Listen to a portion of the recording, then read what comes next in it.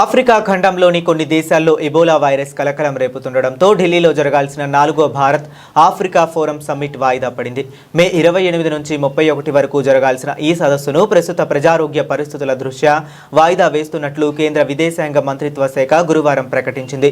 Democratic republic of Congo, Uganda దేశాల్లో Ebola వ్యాప్తి తీవ్రంగా ఉండడంతో ప్రపంచ ఆరోగ్య సంస్థ అంతర్జాతీయ హెల్త్ ఎమర్జెన్సీ ప్రకటించిన నేపథ్యంలో ఈ నిర్ణయం తీసుకున్నారు. ఆఫ్రికా కూటమితో చర్చించి నిర్ణయం సదస్సును వాయిదా వేసే ముందు భారత ప్రభుత్వం, African union chairperson, African union commission మధ్య సుదీర్ఘ చర్చలు జరిగాయి. ఆఫ్రికా దేశాల ప్రతినిధులు, కీలక నేతలు అందరూ పూర్తి స్థాయిలో హాజరయ్యేలా చూడడంతో పాటు ప్రజల ఆరోగ్యాన్ని దృష్టిలో ఉంచుకుని సదస్సును మరో తేదీకి మార్చడమే మంచిదని ఇరు పక్షాలు నిర్ణయించాయి. ఆఫ్రికాలో ఎబోలాను అదుపు చేయడానికి ఆఫ్రికా CDC తీసుకుంటున్న చర్యలకు భారత్ తన పూర్తి సంఘీభావాన్ని, మద్దతును ప్రకటించింది.